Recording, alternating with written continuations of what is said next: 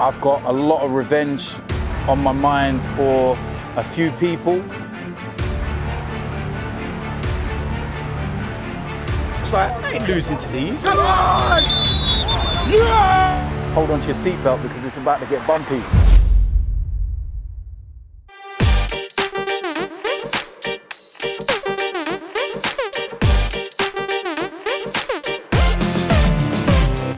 Hello boys and girls. Now you see this big smile on my face? You see that? Wonder why that is. Maybe it's because we have just signed Nicolas Pépé from Lille. Let me just repeat that. Arsenal have signed Nicolas Pépé from Lille. What an amazing feeling. If you would have said to me a few weeks ago that Arsenal were going to sign Nicolas Pépé, I would have laughed at you. Club record, £72 million. Now, do you remember the interview with Josh Kroenke a few weeks ago when he said that we should be excited? Well, I'll tell you something, Josh. I am very, very excited. This is the kind of signing we are talking about. This is one of the hottest properties in world football. What an unbelievable player. And do you know the best thing about it? We haven't had to sell anyone to actually buy him. We've not lost Aubameyang, Lacazette, etc, etc. You look at our attacking lineup. Nicolas Pépé, Mesut Ozil, Aubameyang, Lacazette, Cabellos. Oh my word. Oh. So what do we know about Nicolas Pépé that we don't already? I think everybody knows everything they need to know about him. Now, last season in the French league, he was unbelievable. 41 games in total, I believe it was. 23 goals, 12 assists. Now, he was born in France, but he's an Ivory Coast international. 11 caps, scored 4 goals as well there. And he is so good, so exciting. And he is the winger that we have been crying out for. And he's a right winger predominantly. Plays a lot out on that right hand side, cuts in on his left. Can play out on the left as well. But I feel that we've got a lot of players that can cover that left channel. The one we've really been missing. I know we've got Reiss Nelson, but he's a young lad and he's still learning and progressing. But this is an area where we needed to look at. And I think that it's only going to make the team better. Now, I know that we've got problems in defence and I know we have to sort that side of things out. It's straightforward. We know what we need to do.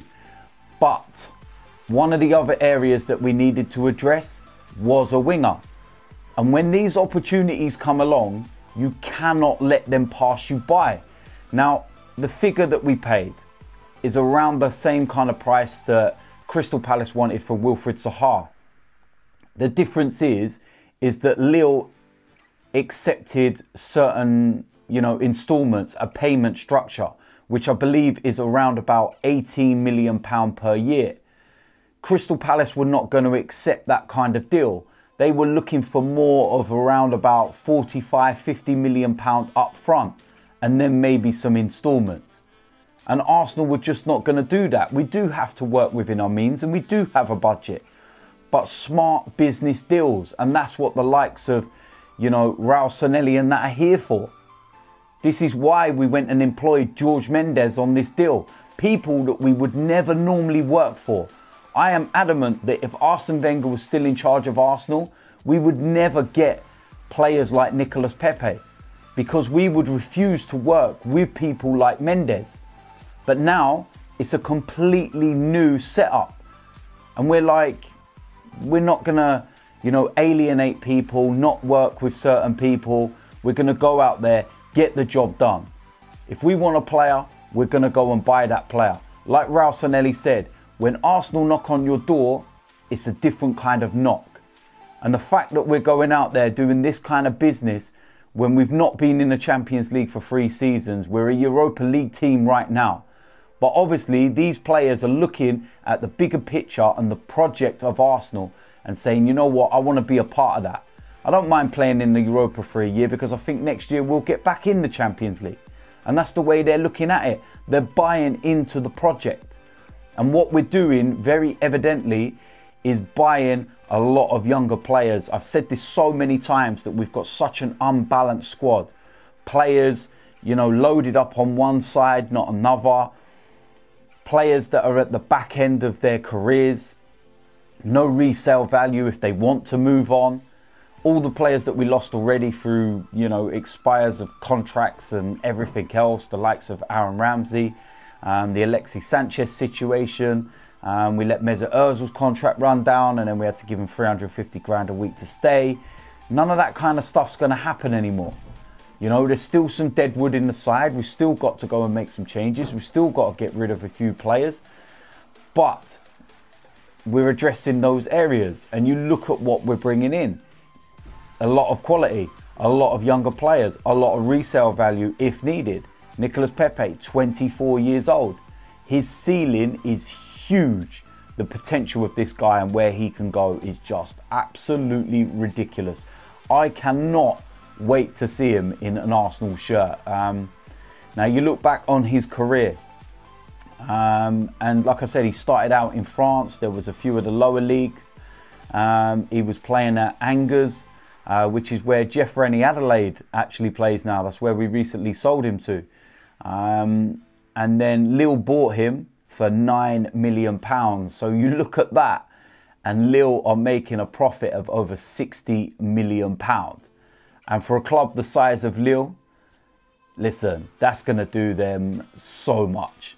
And you've got to also look at the kind of quality that Lille produce. The kind of players that have came out of Lille. And they've nurtured into, you know, the players they are today. Most notably, you think of Eden Hazard as well. And there are other Arsenal players as well. I won't talk about Gervinho.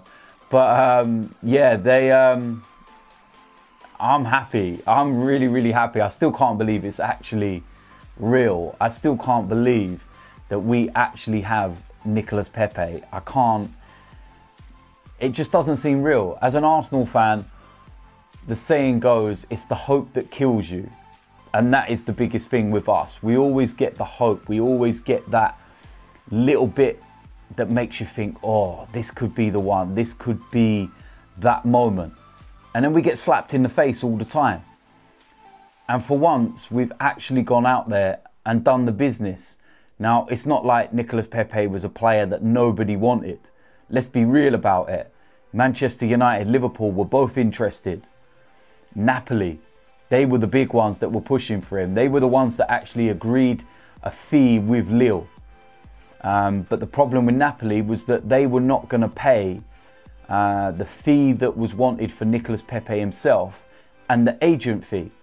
Arsenal stepped in there, matched the fee with Lille, and then went and said, you know what, Nicolas Pépé wants this much and the agent wants that much. Cool, have it. And they were like, all right, cool, done. And then they looked at it, said, let's look at the project. Let's see where the future lies for Arsenal. Nicolas Pépé's obviously looked at it, looked at where we're going, and he said, yeah, you know what, I want to be a part of that.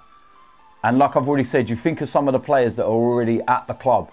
It's, you know, a little carrot to dangle to some of the players. You're looking at it and you're thinking, you know what, I could be flying down that wing, playing alongside Lacazette and Aubameyang. And you've got Mesut Ozil, Sokratis that's come in. You're looking at that and it's a very, very mouth-watering prospect. So Nicolas Pépé's obviously looked at that and thought, yeah, I want to be a part of that. I want to be a part of that project. And like I said, he's got such a high ceiling, 24 years old. He's already achieved so much.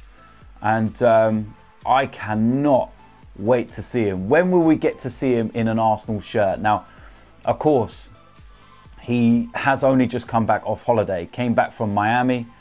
And, you know, he was part of the African Cup of Nations and everything else. So I think that he would be ready for the start of the season. That's definite. but I feel that he would still need a few weeks to get up to speed and, you know, get himself adapted and used to life at Arsenal. I think the language barrier now is not as bad as what, you know, it may have been in years gone by, because you've got so many players within the squad. It's so multicultural that so many players speak so many languages that, you know, the interaction is there. It's not a problem. He's obviously French speaking. So you think of all the players within the squad that he can talk to.